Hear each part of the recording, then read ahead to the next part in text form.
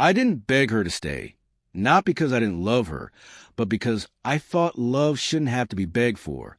So I let her go without a fight, without a word, without a single tear in front of her. And when she walked away, I thought it was the end. I thought she had already made peace with leaving me. I thought she had moved on, until the night she showed up crying at my door, and I realized not every goodbye is as final as it seems. We had been together for 3 years. 3 years of love, arguments, plans, doubts, and late-night cuddles that made everything feel okay again. She wasn't perfect, neither was I, but we worked, or at least I thought we did.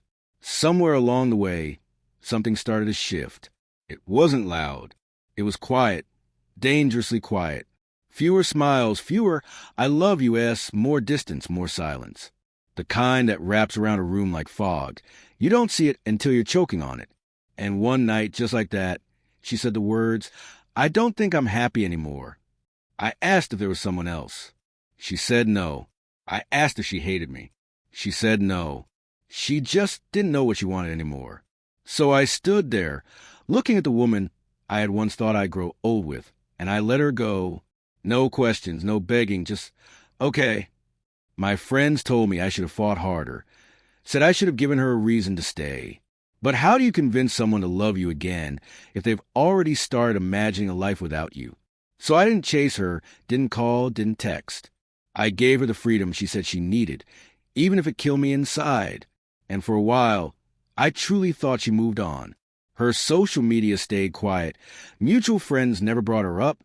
It was like she had vanished from my life just as easily as she'd left it. And I learned to live with that. I threw myself into work, picked up new habits, started therapy, did everything they say you're supposed to do to heal. And it helped, at least enough to pretend I was okay. But healing isn't linear. Some nights, I missed her so badly it felt like I couldn't breathe. I'd stare at my phone, her contact still saved, and never press send, because I wasn't the one who walked away, and I refused to be the one to crawl back. Then one night, everything changed. It was raining. Heavy, loud, the kind of rain that drowns out every other sound. I was halfway through a movie I wasn't really watching when knock, knock, knock. I assumed it was a delivery, or maybe my neighbor again. But when I opened the door, I froze. There she was, soaked, shivering, hair matted to her face, eyes red and swollen from crying. She didn't say anything. She didn't have to. My heart knew before my brain did. Something was wrong. I stepped aside.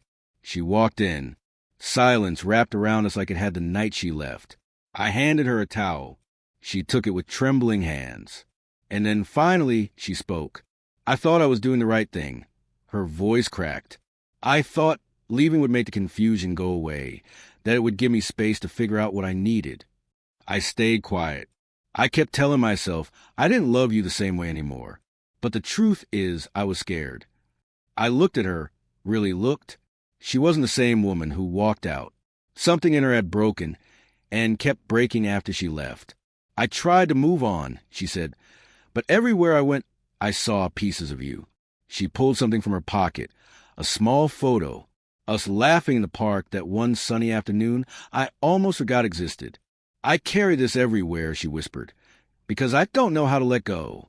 Tears spilled from her eyes, real, raw, the kind you don't fake. I didn't come here expecting you to take me back, she said. I came because I couldn't live with the silence anymore. I needed to say it, even if it's too late. I swallowed hard, because deep down I had waited for this moment. Waited to hear her say that I mattered, that I wasn't so easy to forget, that she regretted walking away. But now that she was here, I didn't know what to do with it. You were my safe place, she continued, and I ran from that. I thought chaos meant passion.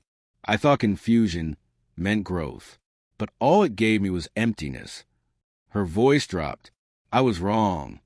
We sat there for a long time, no expectations, no promises. Just two people sitting in the wreckage of what they once built, and somehow it felt honest.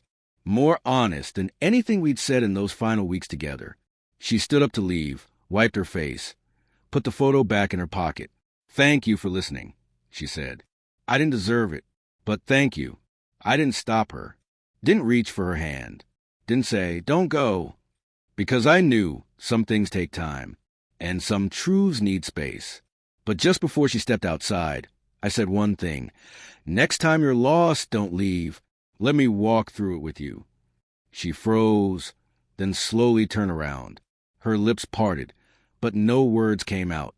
Only a single tear rolled down her cheek as she nodded and walked into the rain. To anyone who's ever let someone go, you don't always have to fight to prove your love. Sometimes letting go is a fight, the kind that protects your dignity, your peace, your self-worth. And if they ever come back, it isn't your job to rescue them, only to listen and decide whether peace is worth reopening old doors. If this story touched you, comment below, share it with someone who's still healing from the silence, and remember, sometimes the love we're scared to lose is the love we're not ready to hold.